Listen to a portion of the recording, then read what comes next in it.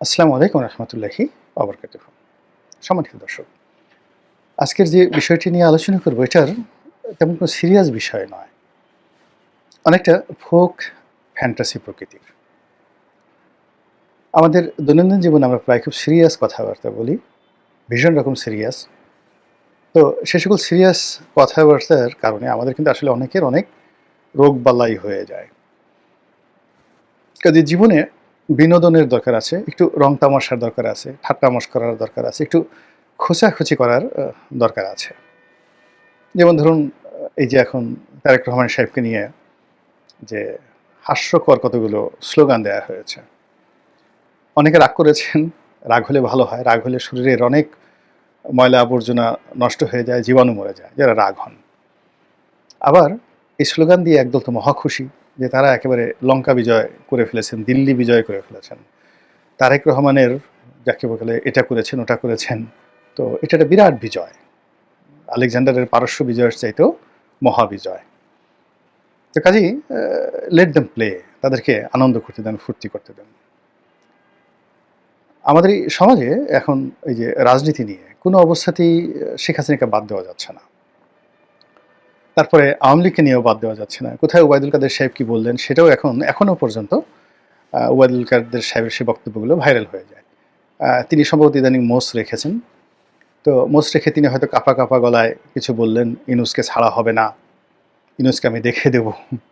আর এই কথা শুনে বাংলাদেশে দেখা গেল বিশাল প্রতিক্রিয়া।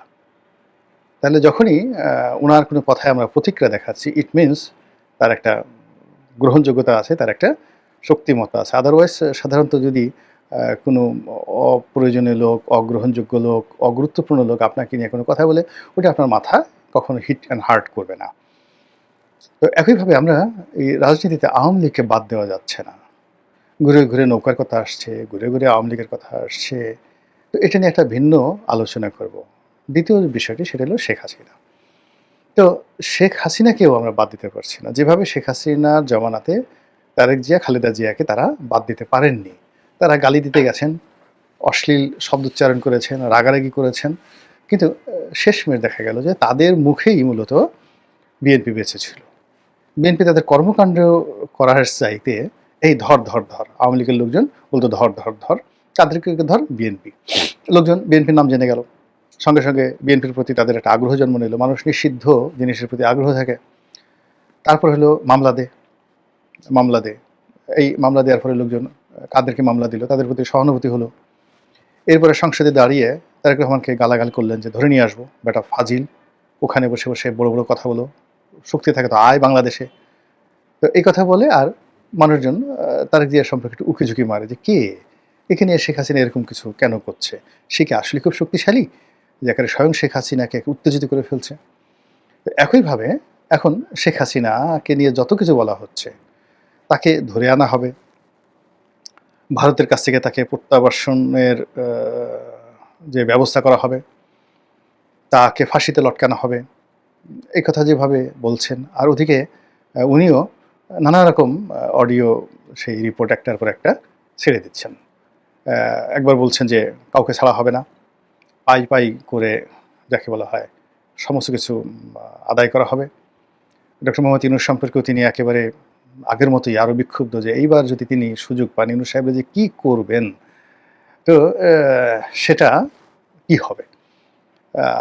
মানে তার বক্তব্য শুনলে বোঝা যায় যে এইবার ইউনূস সাহেবকে পেলে যেভাবে কাপড় চিপড়িয়ে পানি বের করে, ধরেন একটা লুঙ্গি বা একটা গামছা আপনি পানিতে ভিজালেন, এখন ওটাকে আপনি পরে থাকবেন।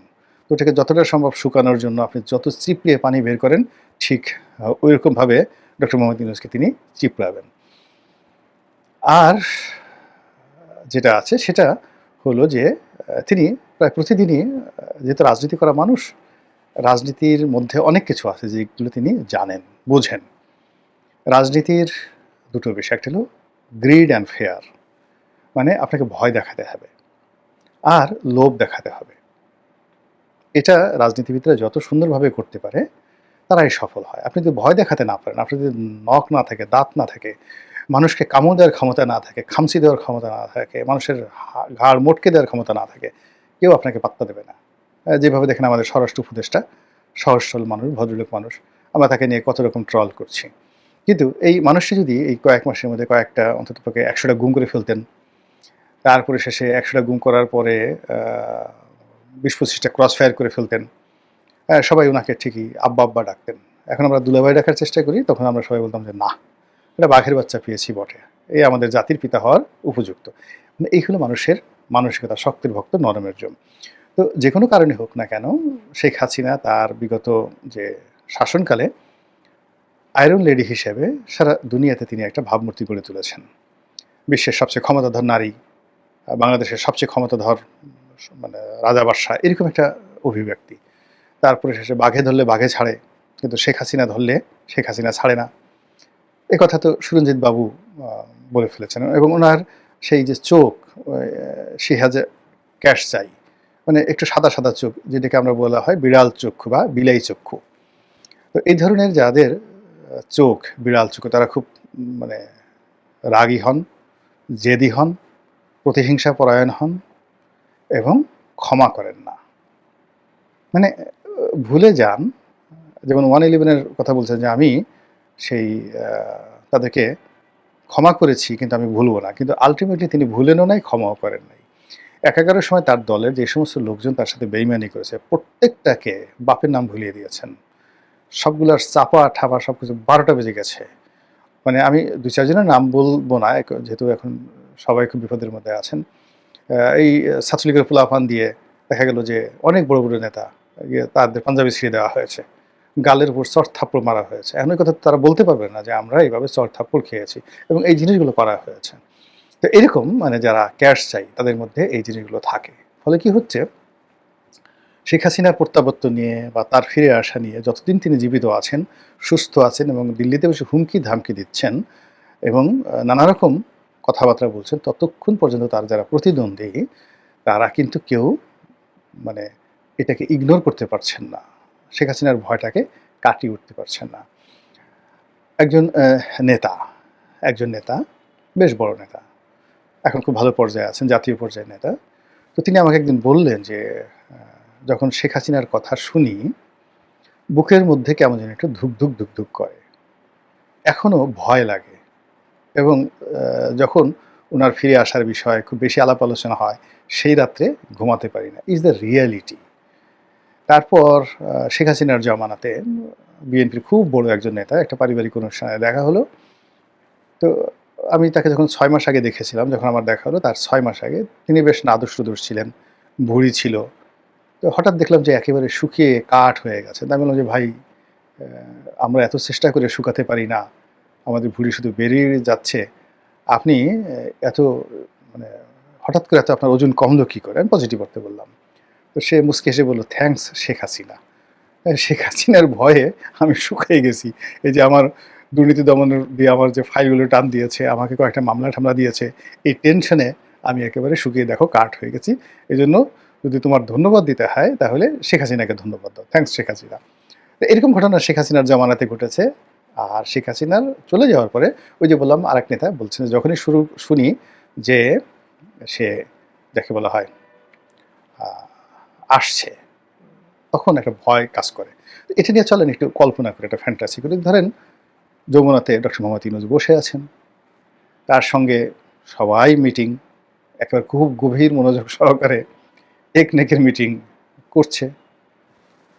তো হঠাৎ করে দেখা গেল যে রাতে বা বিকালবেলা পেছন থেকে কেউ একটু বলে উঠল, "ভুকা" বা "কুক।" আমরা পলাপুলি খেলি না? কুক। তো সবাই একটু তাকালো।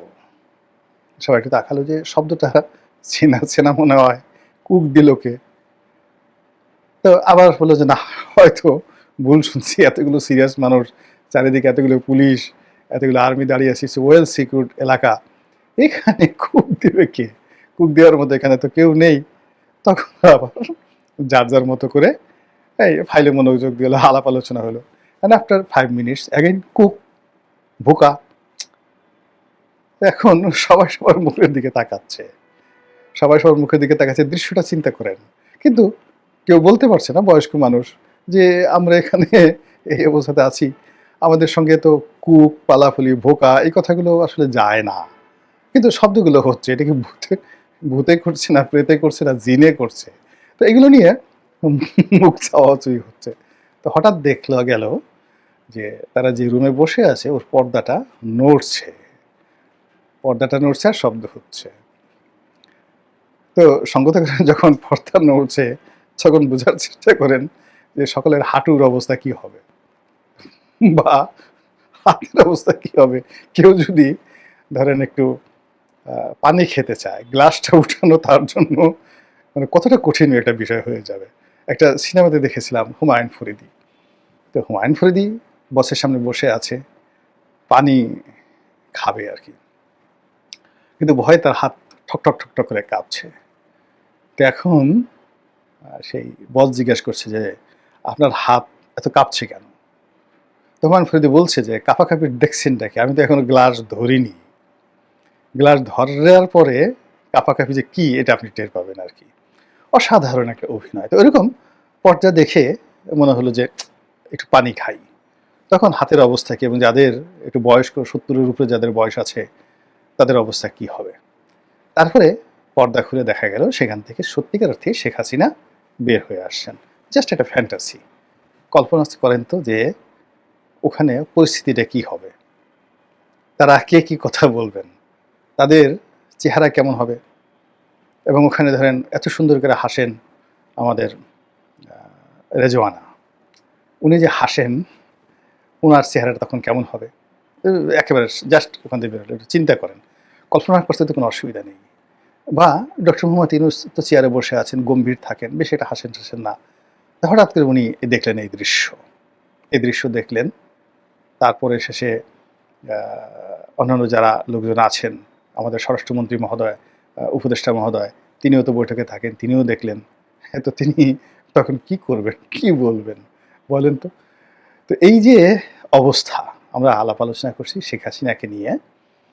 এটা এই যে, যে কথাটা বললাম, এটা আপনার কাছে যতই ফ্যান্টাসি মনে হোক না কেন, আপনার কাছে যতই এটা হাস্যকর মনে হোক না কেন, কিন্তু বাস্তবে যারা শেখ হাসিনার অপোজিটে দাঁড়িয়ে আছেন, প্রতিদ্বন্দ্বী হিসেবে, শত্রু হিসেবে, আমি যেটা দুষ্টামি করে বললাম, হাসতে, হাসতে যে কথাগুলো বললাম, এগুলো তাদের অনেকের নিকট এই শব্দগুলো বা শেখ হাসিনা নামক শব্দটি রীতিমতো ভয়ানক দুঃস্বপ্ন।